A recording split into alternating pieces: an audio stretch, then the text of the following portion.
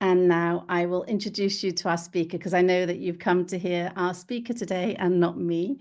So we're very lucky, very fortunate to have Tay here. Tay Jiva is going to be speaking about the fostering crisis. She is a director and registered manager of Sparks Fostering, which is an independent fostering agency. It's originally based in Manchester. Sparks Fostering has now expanded to Yorkshire, the North West, the Midlands and London, with further areas expected to be covered soon. With over 20 years of experience across child protection, youth offending, adoption and fostering, Tay has worked in nearly every area of social care, including mental health and probation services. She holds a BSc in psychology and master's degrees in psychology, forensic psychology and social work. Her pioneering work in recruiting foster carers and adopters has earned her an MBE, and in September 2024, Tay was rated an outstanding leader by Ofsted. She is particularly committed to supporting Muslim foster carers, a path shaped by personal challenges and a drive to create positive change. She has also founded teamaroundyou.org, a national directory of support services. So I'm really hoping that we can have some really great conversations. Tay has her own guests here who've been through the fostering system, but she will introduce them to you. And I'm hoping that we have a really, really interesting and intriguing session. So Tay, I'm going to hand over to you.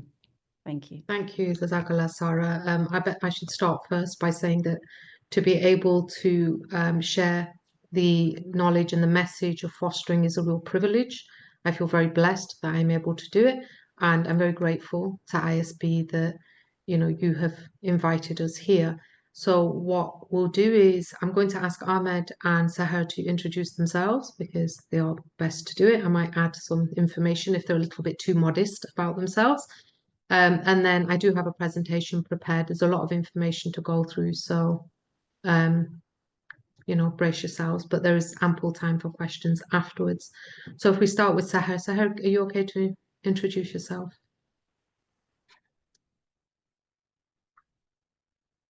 You are muted.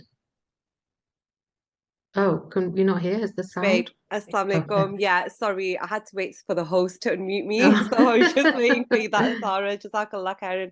Yeah, assalamu alaikum, everybody. My name's Saher Hamdani. As Tay mentioned earlier, I have actually been through the care system myself. So I went into care when I was around 2 years old, and I was supported with the aftercare leaving services until the age of 25. The homes that I was placed into were not Muslim homes, so this kind of meant I kind of struggled with my identity and my religion along the years. It was quite a challenge for me. It meant that I was quite rebellious and I ran away from most of my foster homes, and that ended up meaning that I was in a semi-secure unit and then a children's home. So I had quite a difficult journey. I was 18, 19 years old when I did find Islam, and it wasn't because of kind of anyone reaching out from the community or from the mosques. It was just solely Allah's blessing and will that I'd found a book called Don't Be Sad while I was in a hostel. I read that book and it kind of sparked my interest into the Prophet, peace be upon him, and that led to my journey into Islam. But the work that Tay does is amazing. Like, I support her in it because I think so many people need to know about the kind of crisis of fostering and how important it is for children to be suitably matched religiously and culturally so that they can know more about themselves and they are supported in the correct way. I am now I think if I don't say it, Tay will say it, so I'm going to say it. I'm a responsible individual now for Sparks Fostering, so I work alongside Tay. I'm also a qualified solicitor, and yeah, that's about me. Ahmed, you okay to introduce yourself? Yeah, assalamu alaikum. Hope you can all hear me. Alhamdulillah, we started our fostering journey 2011. Alhamdulillah, in that time, we looked after 10 children. 5 have been Muslim, 2 have been Hindu, and 3 have been Christian. We've not had any problems looking after children that are not Muslim. And I know we get a lot of people asking about that to us when we're doing this type of event. Part of our fostering journey, I've worked with Tay, and we've done a lot of recruitment events. There is a big need to help the Muslim community understand that fostering and adoption is permissible, and helping them understand the need to foster and adopt. I also sit on an adoption panel, and for Sparks, I'm now the panel chair for Spark. So, inshallah, we'll have some more questions as we go through, but I think that covers key things. Okay, thank you. If I can get permission to share the presentation, please.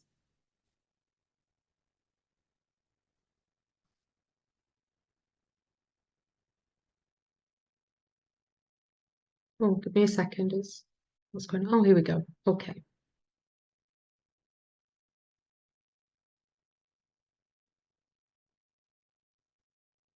Can you see that okay? Okay, so the things that I am going to cover, or we're going to cover in the next half hour, is the difference between fostering and adoption, domestic versus inter-country adoption, because a lot of people who come to hear about fostering also want to know about adoption, so I'll cover that. We'll talk about fostering and adopting separated children, who are also called unaccompanied asylum-seeking children, the requirements to foster or adopt. We'll talk about the assessment process, which is very similar for fostering and adoption. And then also we talk about the awareness for Muslims.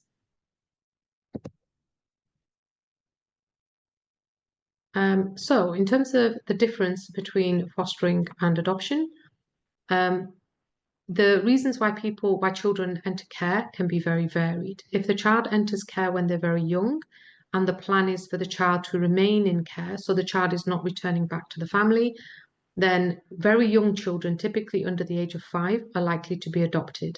So, for example, if the parents are highly abusive, then the child is likely to remain in care and there's nobody in the extended family. Something to note for Muslims is that often Muslims think, oh, well, surely, some Muslims think, oh, surely we don't have that level of abuse in our communities, but we do, unfortunately. Or what a lot of people think, even some professionals, many professionals think we look after our own.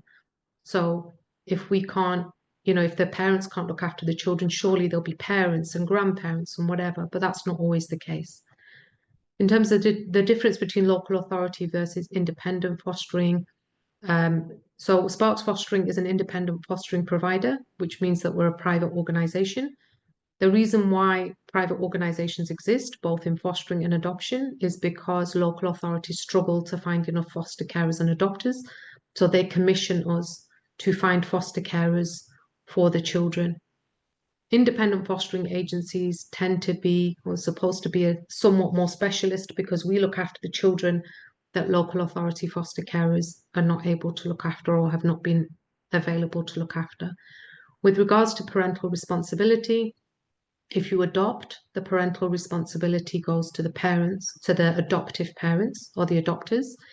For children who are fostered, foster carers never have parental responsibility. And parental responsibility is the legal recognition of you as the parent, so you can make decisions like non-emergency surgery or taking the child abroad or changing the child's surname.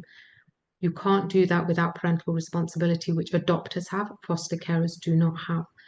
When it comes to, I'm going to talk about the religious perspective more later on, but since it's a Muslim audience, when we talk about lineage and heritage of a child, legal parental responsibility just gives you legal permissions to do certain things. That doesn't mean, when you're adopted, it doesn't mean that the child's lineage or heritage is linked to you. All adopted children are supposed to be told about their lineage, their heritage, their what went on with their birth parents in an age-appropriate way. So it makes both adoption and fostering Islamically compliant. Regarding finances and professional support with fostering, as foster carers, you're largely carers, but also partly professionals, and you are part of the team around the child. So you get ongoing support with the children. As adopters are usually offered ongoing support, but the ongoing support for adopters can typically be very poor. And then Islamic perspectives I'll talk about more later. I'll just touch upon domestic versus inter-country adoption. So we actually have, alhamdulillah, this is like an amazing thing for the Muslim community, and I think we should probably talk about this more and make more of this. Despite there being a stigma around adoption and despite there being misunderstandings about what Islam says about adoption, there is actually plenty of adopters for Muslim children under the age of 3.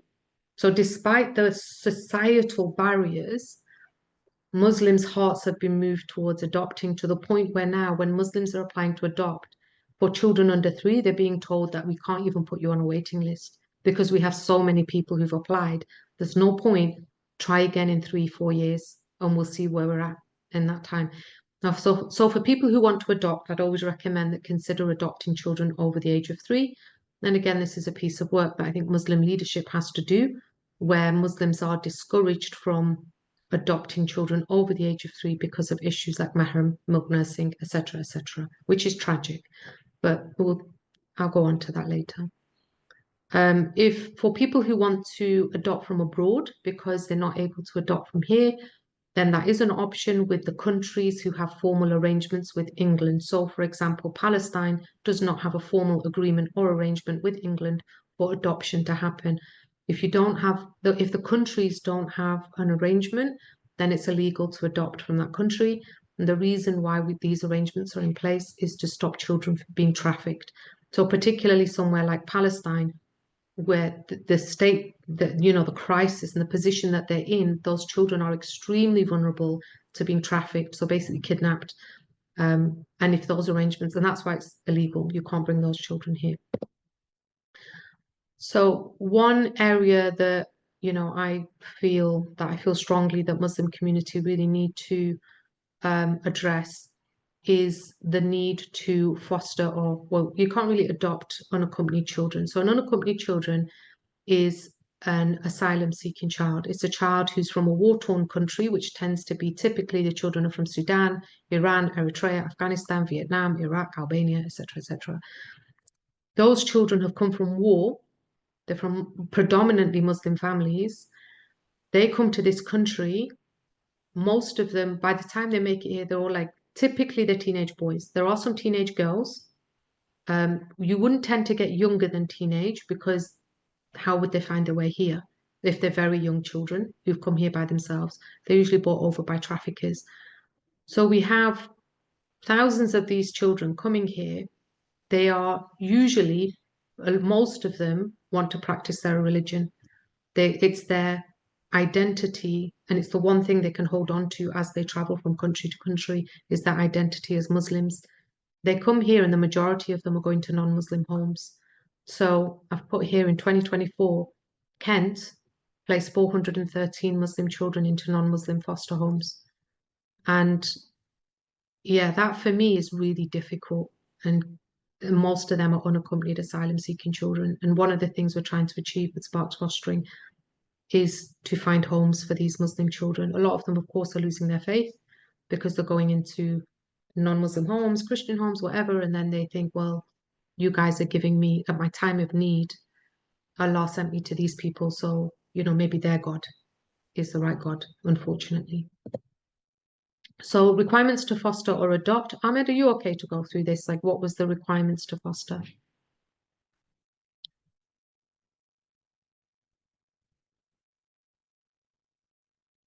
Yeah, I can do that. Thanks. Requirements to foster and adopt. Past 3 days, I've just been doing a skills to foster training course. So because of my experience, I'm supporting new foster carers coming into the system, and myself and another foster carer, we were there supporting the social workers, process and all the things. But to foster or adopt, you need to have a spare bedroom. Ideally, you've got experience of caring for children. Don't always have to have that, but they need to show that you can do that. You have to be flexible on the age range. A lot of people say, I want a baby, I want somebody this age. You've got to understand, we're looking after a baby at the moment. The amount of time it takes is phenomenal. It's not just the logistics of looking after a baby, the day-to-day feeding, changing, all of that. It's the extra things, the family time. When you've got a baby, you have to take the baby to see family 3, 4, maybe 5 times a week, because they've got to make that bond with the parents.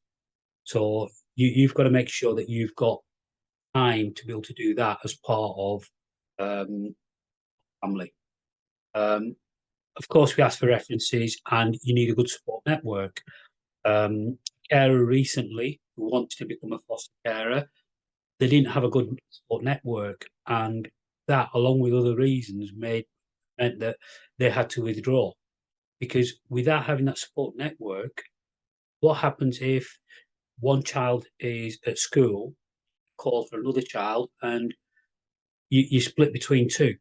You need to have somebody who can help support you to pick up a child if you need that. Age, you've got to be 21 or over. There is a lot of expense, but you do get funding for the skills that you are gaining. Also, agencies as well as local authorities will give you funding for holidays, or Eid, for Christmas, whatever it might be, and for birthdays. No dangerous pets, serious offences, allegations. So that's all part of the process that they go through. They will do a pet assessment if you've got a pet. If you do have an offence, it doesn't rule you out, but you've got to look at what that level of that offence is. Okay. In most cases, you do need reasonable IT skills. There is a lot of paperwork that you need to do. There's a lot of training that you have to do, and a lot of that now is online. And for all the children, you've got to do a daily log. You've got to keep on top of what's happening with that child on a day-to-day basis.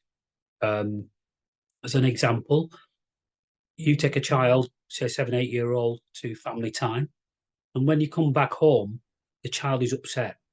And if that is happening every time, that needs to be addressed by the social workers. As foster carers, we're recording that. We're identifying what we are seeing. We'll report that to the social workers.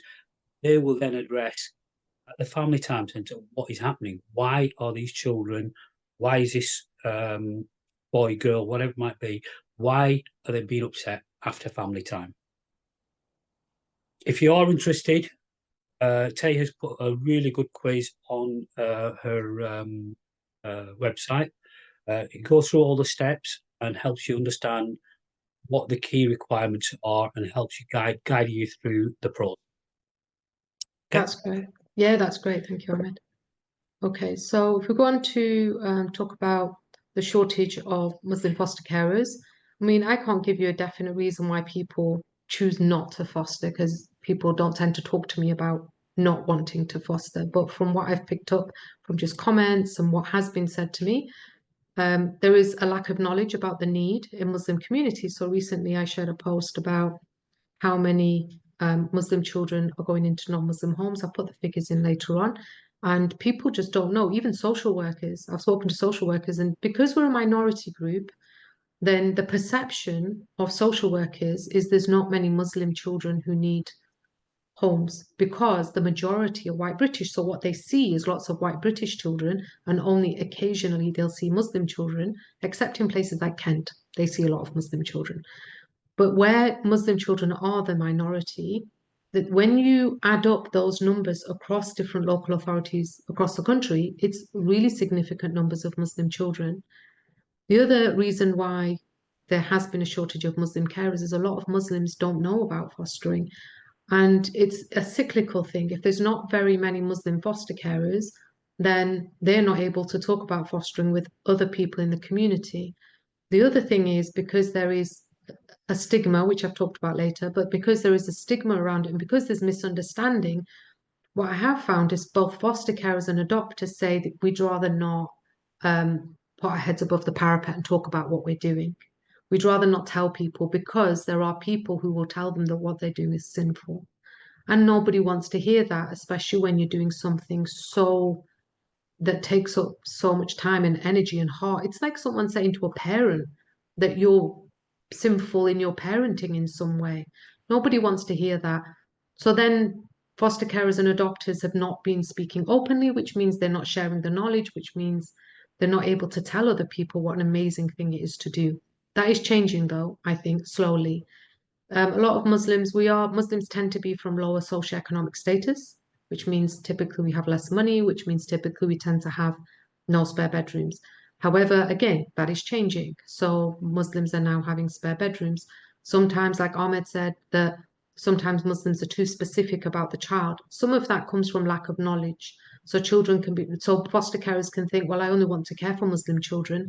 But invariably, once they learn about fostering and they learn about the needs of non-Muslim children, and I show a profile to them to say, there's a 7-year-old white British Christian girl who needs somewhere for a month because X, Y, and Z has happened to her. Once you get that picture, I'll give you an actual example.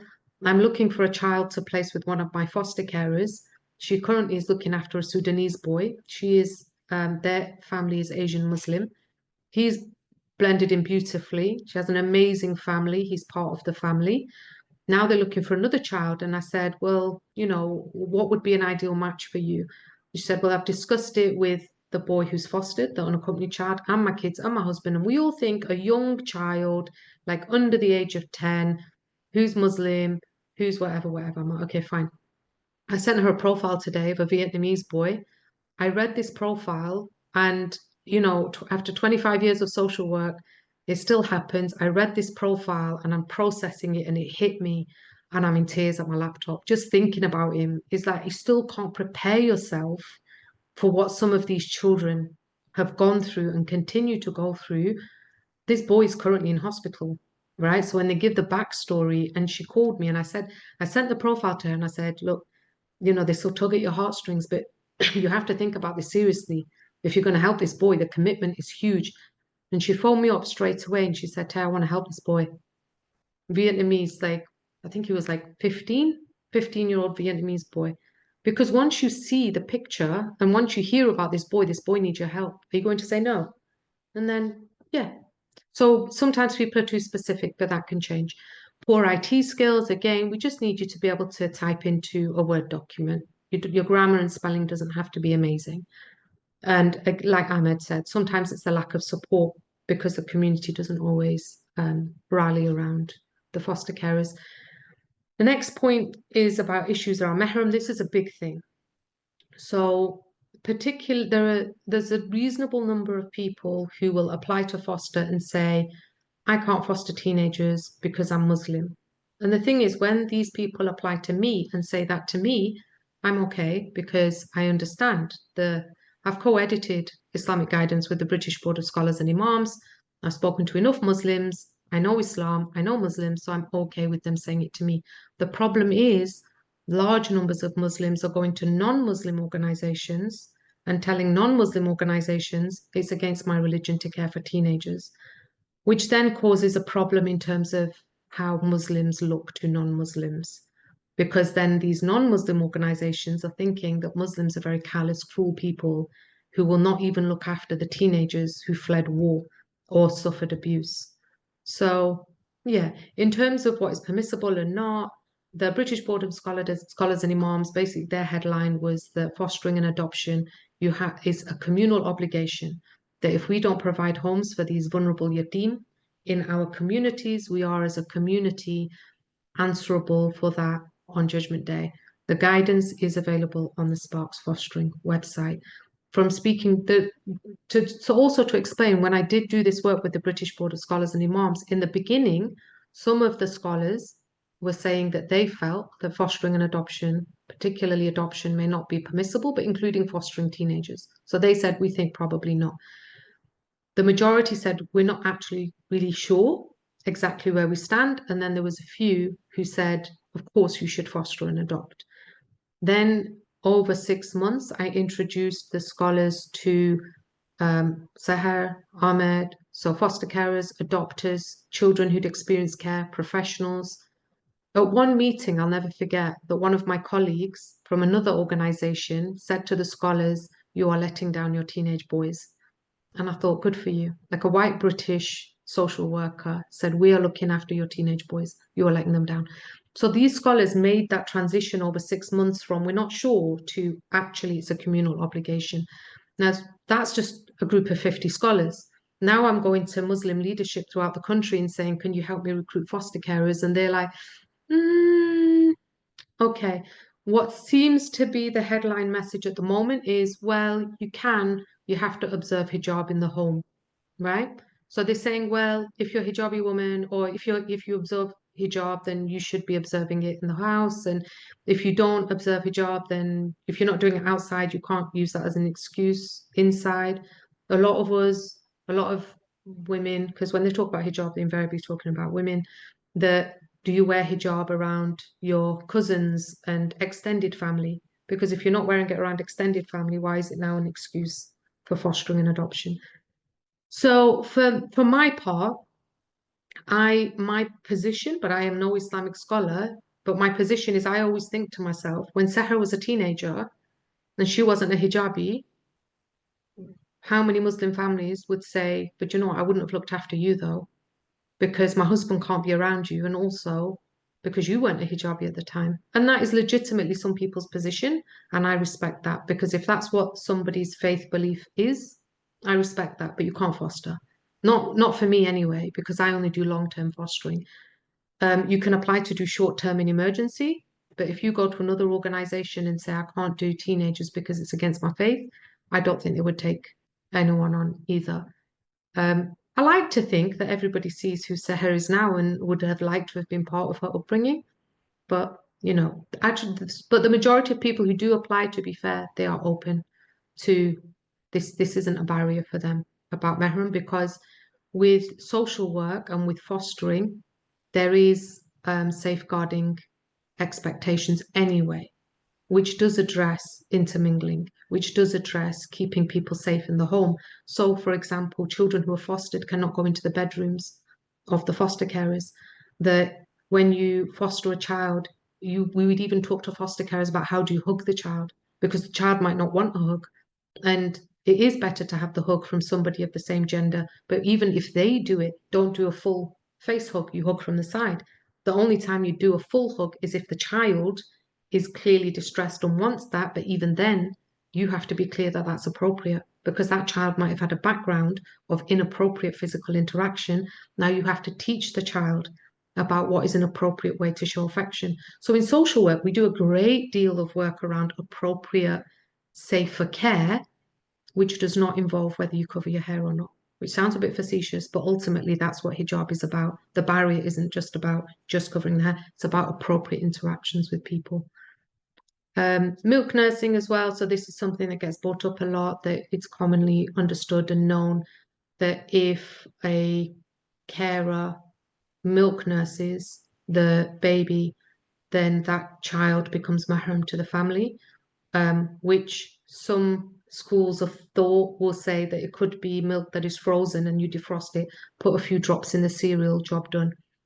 The reason why milk nursing, where there is that rule around that, is in 7th century Arabia, the children were often milk nursed by tribespeople, by other families, and then those families became mahram. In my mind, it's a compassionate ruling, that if you as a baby were milk nursed in a particular family and you were spending time with that family, you should then not be stopped from having contact with that family and the barriers on there, but also you develop a physiological relationship with that child. So, and the British Board of Scholars and Imams did touch upon that as well, that if you care for a child from a very young age, your physiological relationship with that child is the same as birth parent to child. It's different if you're taking a child into your home when they are a teenager, because your physiological relationship with that child is different. So again, I'm not explaining this as I'm the scholar and I'm giving you a definitive ruling. There is no definitive ruling. Different people have different positions on this. Nobody wants to say that women don't have to observe hijab. Nobody's ever going to take that position. But the strongest position to support fostering is greater good. So if anyone's got any further questions about that, you can ask. Another issue is LGBT. A lot of Muslims don't have any experience around supporting children with their gender identity. For a few families, for a minority of fostering families, they feel that they could not support or care for a child who ever disclosed that they had questions around their gender or sexuality. The majority feel like they don't have the confidence or the knowledge to do it. but foster carers are supported by a team of professionals. When you are a foster carer, like I said, this is not your child. You are caring for that child on behalf of the local authority. Decisions ultimately lie with the child social worker. They don't lie with me. They don't lie with my social worker. We give support and advice. If the whatever the children's social worker says, kind of have to go with that. We would not place a child with needs around their identity in a home that did not have the knowledge or skills to support the child with those identity needs. However, we might place a child in the home at a young age, and as the child becomes a teenager, that child may then develop some questions around their sexuality or gender, whatever. Professionals will support with that, but what I would need to know is that that child is not going to be told to leave the house. The placement will not end, but also that child will not be shamed and stigmatized and religiously told things that would be emotionally damaging to these children. And to put that in context, it's different to how you would advise your own children, because these children that we're asking people to look after have already gone through such extensive damage, predominantly, not always, but often. We can't have then further shaming. There's ways to have discussions with children and support the children. I want people, Muslims, to apply to Sparks Fostering who take the position of, we want these children to, if they have Muslim background, we want these children to continue being Muslim. We want them to be part of our community, regardless of their identity. There is, like I've already mentioned, the fear of stigma and judgment. Also, you know, to be fair to Muslim communities, non-Muslim, like fostering organizations are typically non-Muslim organizations. They haven't targeted Muslim communities. Prior to the large numbers of unaccompanied children coming into the country, when Muslim children were not relatively small numbers, the social care organizations were not particularly bothered about having Muslim carers. When I started work on Muslim fostering and adoption, I contacted a number of organizations with regards to recruiting Muslim foster carers and adopters, and they all said no. They didn't want Muslim foster carers. Now, because of the number of unaccompanied asylum-seeking children coming in, they want Muslim carers. So there is some level of discrimination there as well. I've experienced discrimination from other social workers, so I'm sure, and I've had many foster carers contact me and say they face discrimination from fostering providers. That is a reality of our lives, sadly. In terms of the assessment process, there's a quiz that needs to be filled in, then there's a phone call with myself or another manager. In that phone call, we talk about the basics and we explain certain things about the organization. After the phone call, I now offer 6 sessions of training, and you have to do home study.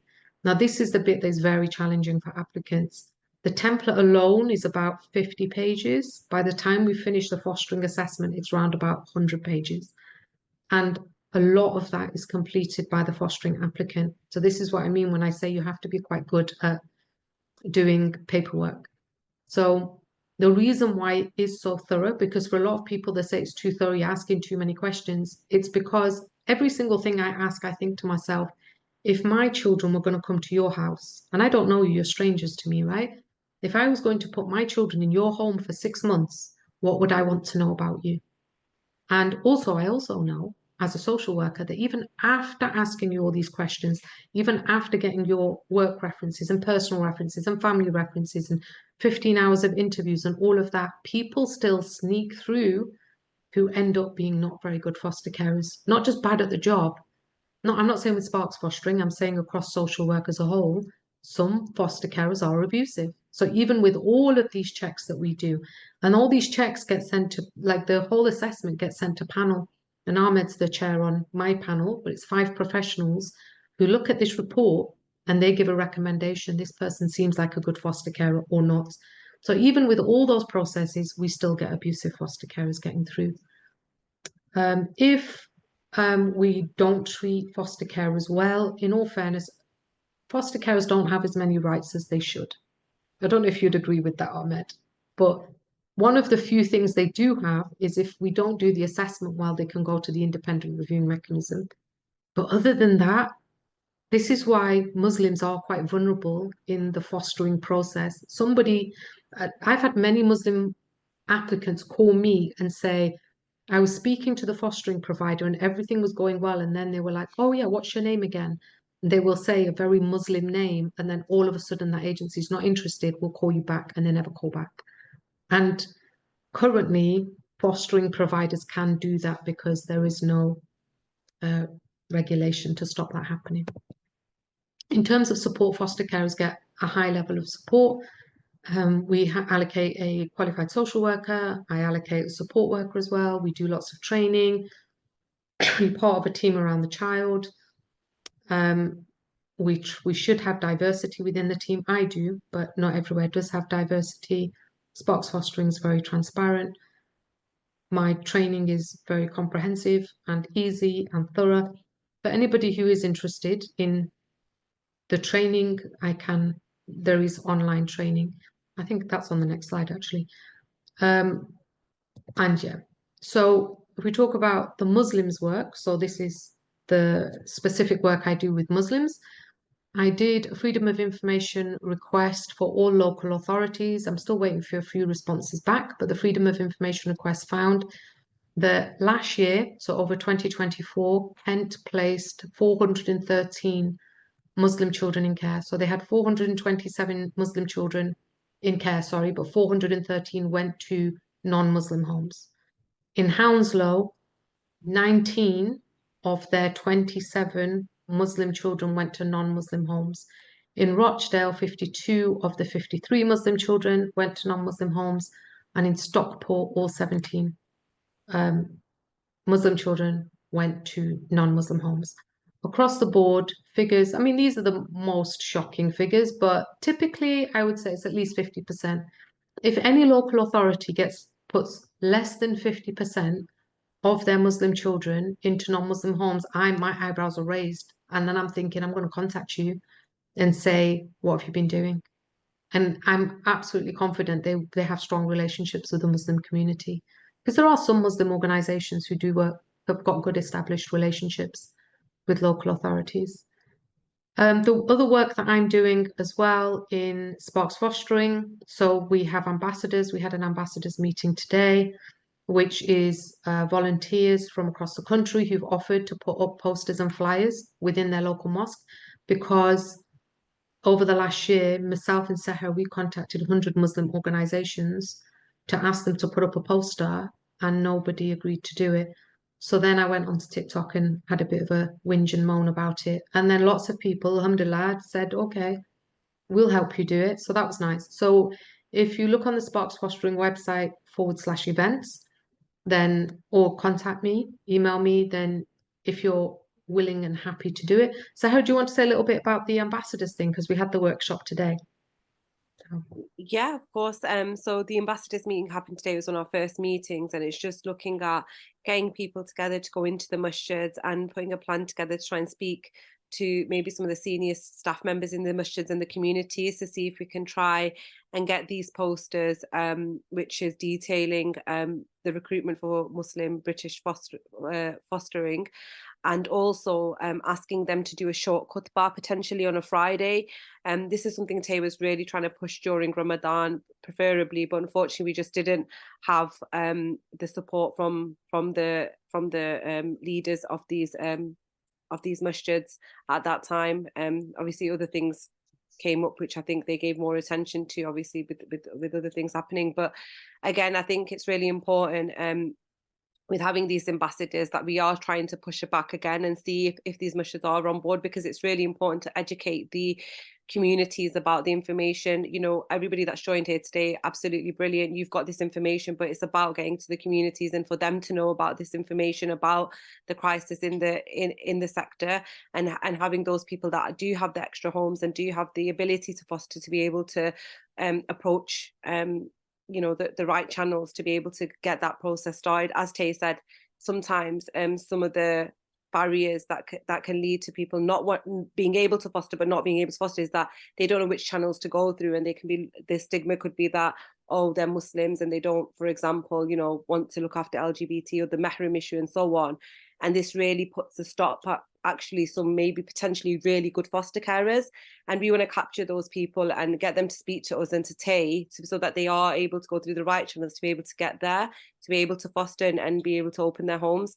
But yeah, the ambassadors meeting today was absolutely brilliant. If anybody wants to be involved in that and thinks that they would be able to be willing to contact their local masjids, then please do get in touch with me and Tay, because we are really like trying to see, as you know, get all the help that we can get from the community to get to these leaders, to get this message across, which is that we need to educate our community so they know that there's a crisis. As Tay said, from the work that she's done with the scholars, some believe it is a communal obligation. These are children, the most vulnerable children in our communities, and charity starts at home.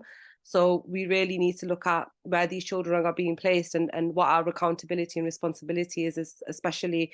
And if that means you can, you're somebody that does have a link with the masjid, then, you know, do tell us, contact us, because that would really help us to be able to get that message across.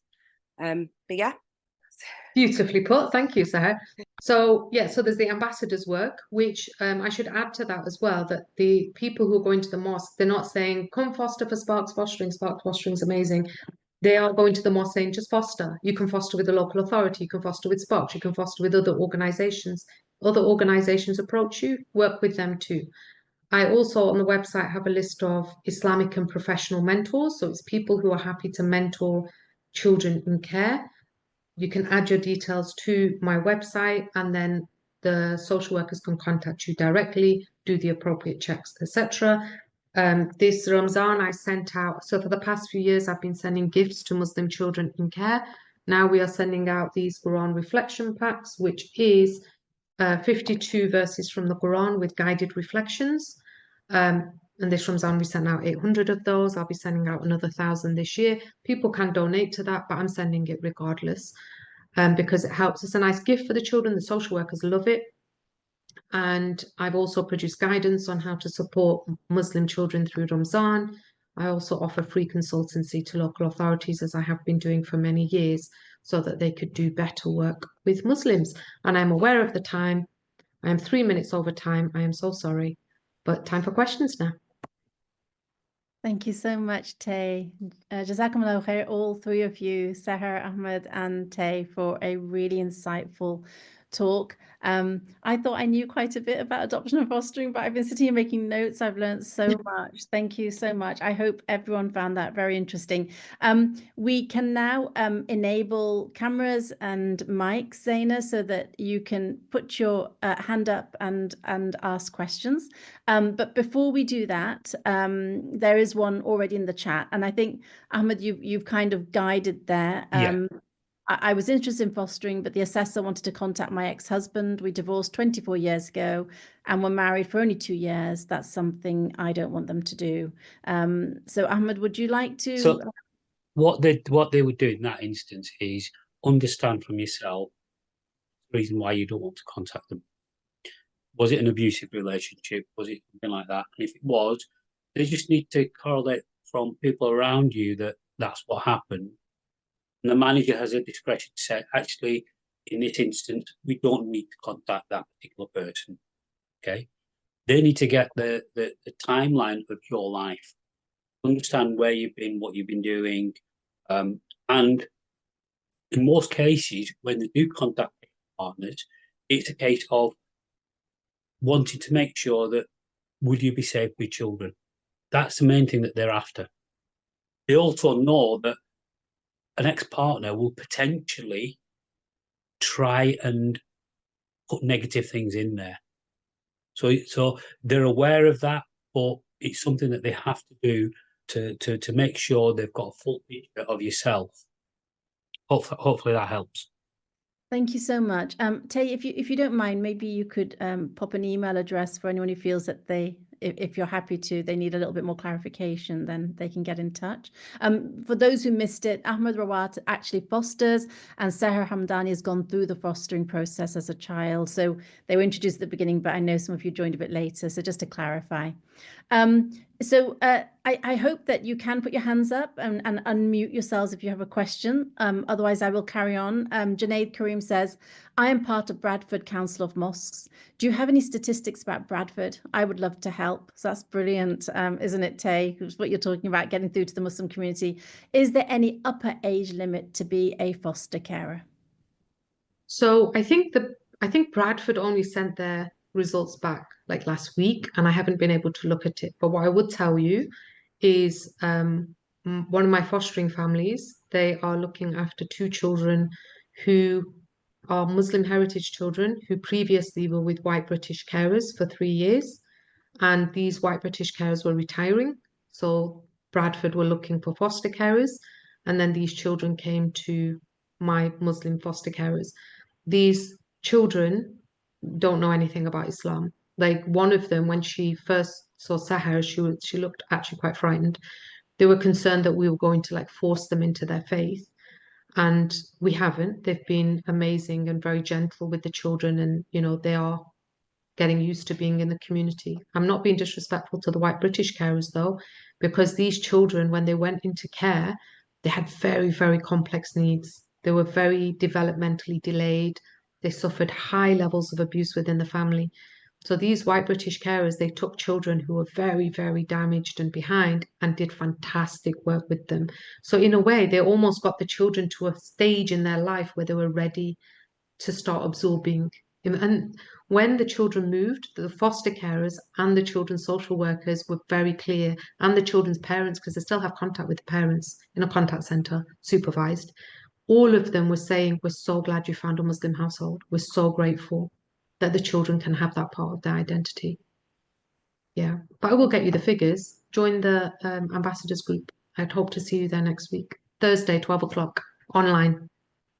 So, Tay, I think there's probably quite a few people here, and also when this recording goes online, there's quite a few people that will have influence within mosques and Muslim organizational spaces where they can get your messages across. So would it be possible for you to direct us towards a khutbah template or a community resource pack that's very easy to read, like literally just one page, to encourage people to look this topic up and to find out more information? But before you answer that, I think, Brother Junaid, did you have your mic on? Did you want to say more? Yeah, I just wondering, is there any upper age limit? Because you mentioned the minimum age is 21. So is there any upper age limit? Well, I'm 56, for example. Would I be a suitable candidate? Of course you would. I'm 60. Go. It's down to your health.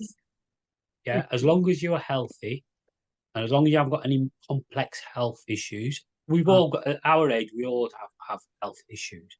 But as long as you don't have any complex health issues that would stop you caring for the child, there is no limit. Right. That's brilliant. And this is the thing on health. Yeah, so this is the thing. Do you know how I was saying that in Muslim communities, the knowledge about fostering isn't there? So the age range of Muslims who apply to foster, from my experience, tends to be lower than white British. There is a lot of retired white British carers. And when I've come across Asian Muslim retired carers, they do fantastically. Because for children who have experienced a trauma, it's almost like the older the person, the less threatening they are to the child. And it's more of a grandparent figure, which the children often tend to feel more secure around. It's a softer style, isn't it? A softer, gentler parenting stage.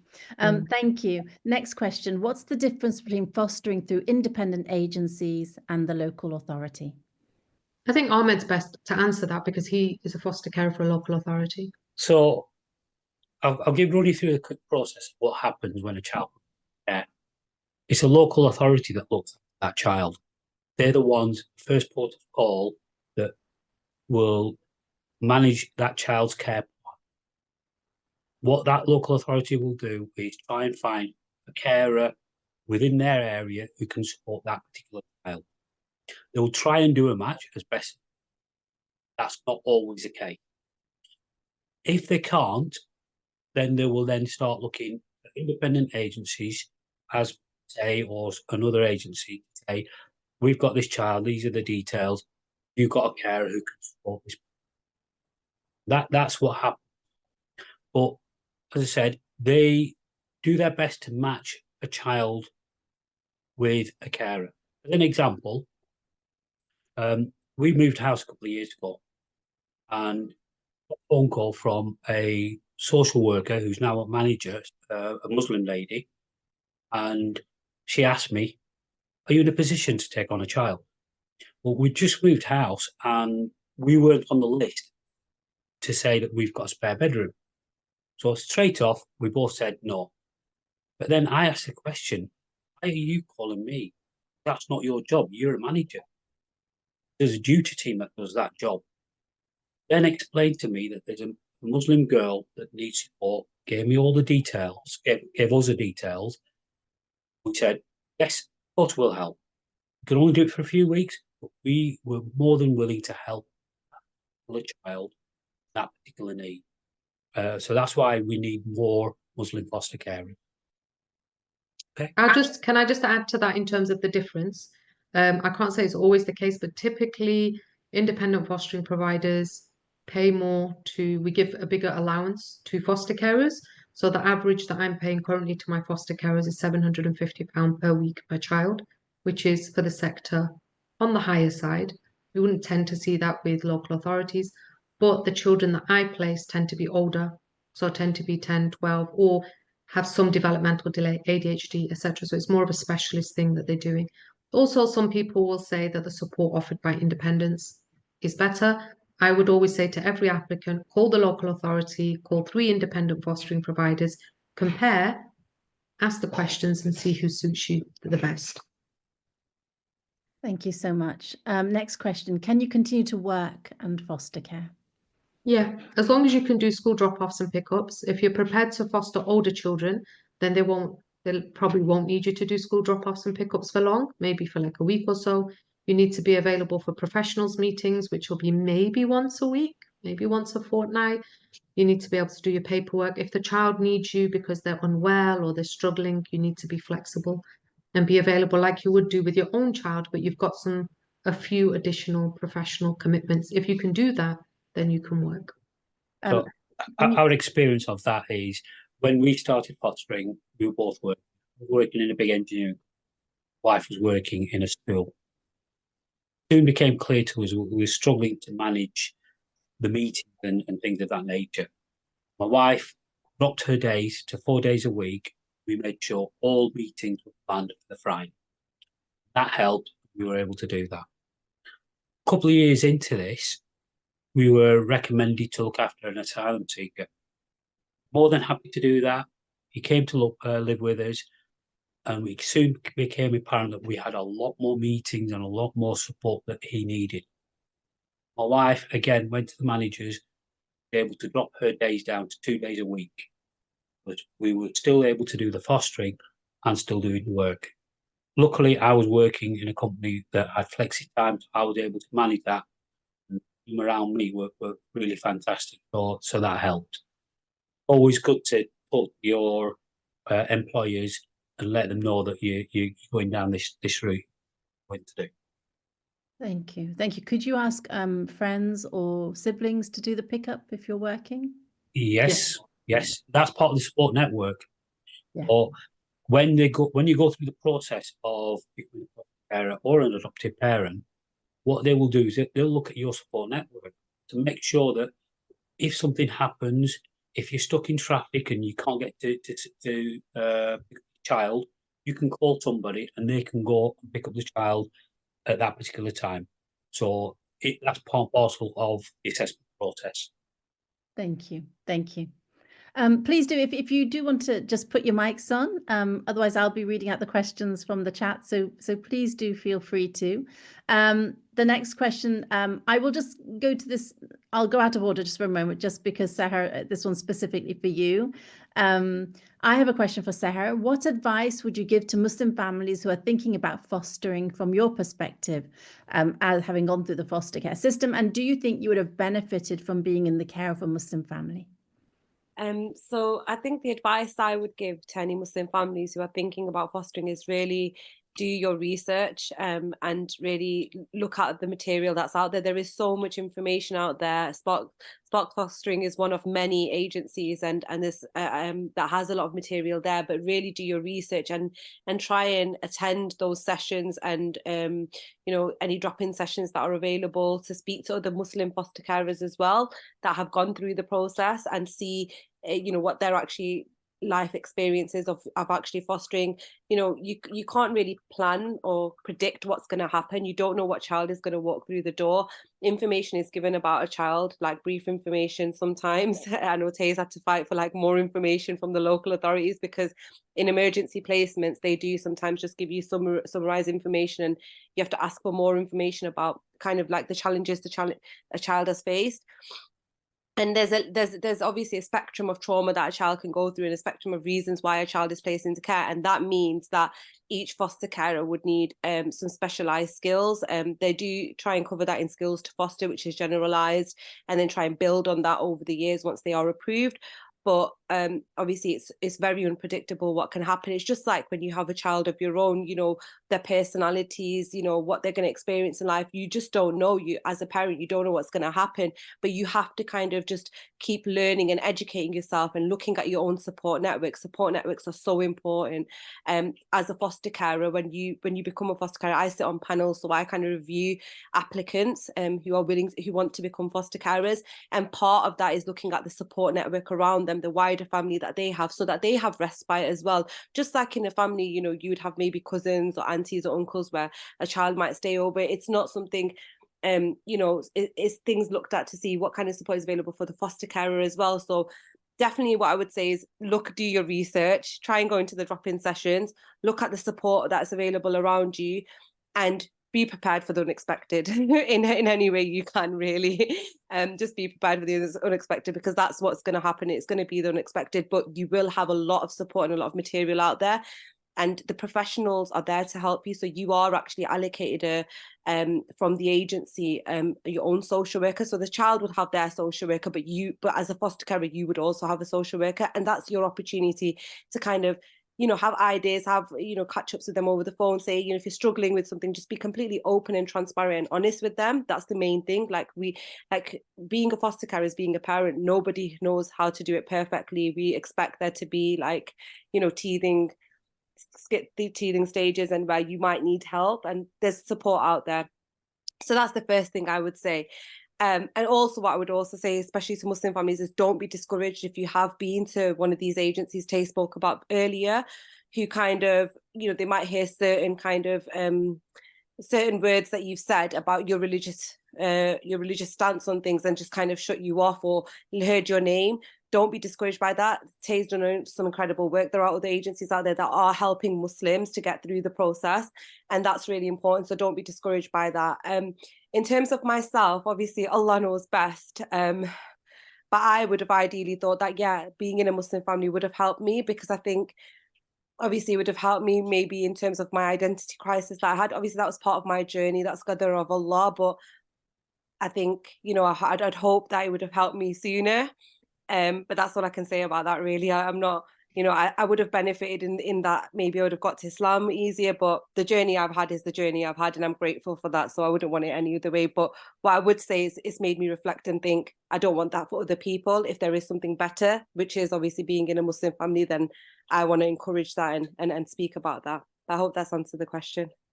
Thank you so much, Saher. Thank you. Next question. Are foster carers provided with the child's background and full history experiences? So I suppose to understand the traumas that they've been through, their medical conditions, their personality, behavior. Shall I answer that? Yes, please. Yep. So, like as Saher explained, sometimes I think particularly in local authorities who are highly pressured to find a home for these children, sometimes they literally, one of the reasons why so many Muslim children are going into non-Muslim homes, local authorities are just trying to find a home for these children. They don't get as far as, is this child religiously or ethnically matched? So they will literally be like, oh, we've got an urgent child needs a home. Are you available? Can we drop them off tonight? That can happen in local authorities. You can say no, though. I'm not available. With myself at Sparks, because I don't have the same pressure, I can say no. So I get referrals from the local authority, which has a summary about the child, and sometimes it will say, we need a home for this child to, like now. Sometimes it will say we can do a planned move. I pass that referral. If I filter through and I look for what's the correct gender match, age match, religious, ethnic, I look at it and I think, do I think this child would fit this family? Bearing in mind the foster carers have already said, so to answer another one of the questions, the foster carers have already said, we want a child of this gender, of this age range, of this ethnicity, this religion.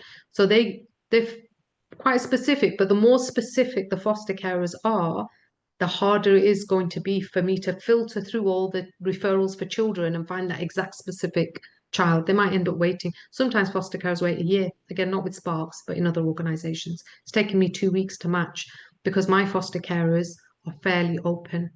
And then once I send the referral, then we would both ask questions of the social worker. I would ask for further documents, meeting notes, etc., etc. So I get a lot of information from social workers before placing. Thank you. Thank you. So you get a lot of information. You can pass on the information as well. Yeah. Excellent. And I think some of these have been answered in the chat. Thank you. Would anyone like to put their mic on and ask? We will be finishing at 8:15 for Maghrib because we're aware that many will have to pray and many may be down south where it's a bit earlier. A couple of questions that were in the chat was, how long are the average placements in terms of time? It purely depends on the needs of that particular child. It can be purely emergency, the respite. It could be just the fact that the parents have need some time for themselves. They might have health issues themselves and they need somebody to look after the child. There's no real safeguarding issue. So it might be that you're just supporting a family for a weekend. So it could be from a weekend up to a few weeks, up to, like we had 2 children from the age of 6 to 7 up to the age of 18, and they are still part of our life, still come to see us regularly. So it's up to you and what you can provide as a family. Can I just ask, you had those children for so many years. Does that still qualify as fostering? Yes. So when does fostering become adoption? Is there? I thought it was also at a time you might be asked now to adopt. No. No, adoption is only when it's up to around the age of 5 or 6.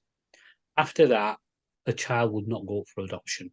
Yeah. There's not many that are adopted around that age, but it's usually up to that age. After that age, the child understands quite a bit about what's happened in their life. And there's a very high risk of a breakdown after that point in time. Also, if the family still want to be involved, then they will assess that situation and see whether it's appropriate for that child to go into adoption or fostering. As Tay said, usually adoption is for children that are a lot younger. Yeah. Maybe we are looking after now, what they're doing is called twin tracking. So they're doing the adoption paperwork at the same time as looking at the parents. If the parents can look after this child safe, if they can and if everything goes well, and we hope it does, then they will move the child, or we will help move the child to the parent. If they find that that is not the case, then I will go for adoption. Thank you so much. Thank you. Can I ask the question about, we've seen the statistics, some of the statistics that you've shared about Muslim children being placed in non-Muslim homes. Do we have any statistics about, you mentioned some Muslim parents wanting, Muslim families wanting to foster, but the barriers that they face. Do we have any statistics about what our levels of putting ourselves forward as a Muslim community are in comparison statistically? And then how many face a hurdle that then stops them progressing? Do we have any data on that? Well, the short answer is no, because legally, fostering providers, so including the local authority, they're only required to record the ethnicity of the child that's being looked after.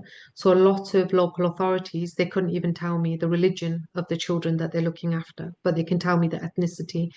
They don't know data about the parents because the people who are giving me the data are local authorities, but they don't record the ethnicity and religion of the parents, and particularly if the foster parents are from independent fostering providers. And they only do what legally they're required to do, and some of them are not too great at that either. Could it be that Muslims put themselves forward as much as any other community, but the hurdles mean that Muslim children are being placed with non-Muslim families? I think a lot of that is down to our perception of the Muslim community that Muslim children will be looked after within the family. When we came into fostering, we thought, well, if there's a Muslim child, somebody within the family will look after them. That is not the case. I think based on my conversations with communities and the information that Muslims have when they apply. So typically when non-Muslims apply, they already know about foster care. So they come well informed. Whereas the Muslims that are applying do not have that information, which suggests to me that in Muslim communities, the information and knowledge about fostering is lower. Thank you so much. Thank you. Are there any other questions? If anyone's finding it hard takes me ages to type, please do put your mic on. You don't have to put your camera on, or please do type. I think we covered, there were a few questions in the chat. Do foster carers get a choice of the gender, age, needs of the child they would like to foster? And Ahmed Rawat's already answered that kindly, saying yes. And then there was another question, can a domestic violence survivor, Muslim single mum, also foster? And again, let me just clarify, the answer was yes. Are there any... Can I qualify that answer though? Yes. It really depends when it happened and what happened. If you tell me that you were in domestic violence relationship last week, then that's a problem for me. Are you still in touch with the abuser? Are your children in touch with the abuser? How long ago was it? What have you done since then in terms of counseling, therapy? What are you going to do if he gets in touch? Because often ex-partners will try and sabotage the applicants becoming foster carers, which is, that doesn't stop us from processing your application unless you are now caught up in this whole narcissistic abusive cycle again. So there's a full assessment that goes on around when did it happen, what's the impact, what's changed. So regardless of whether it's domestic violence, criminal behavior, social care intervention, house moves, having children, any significant thing that's happened in your life, it gets assessed. Yeah, thank you. Thank you for that extra information. Abby, you've got your video on. Did you want to ask a question?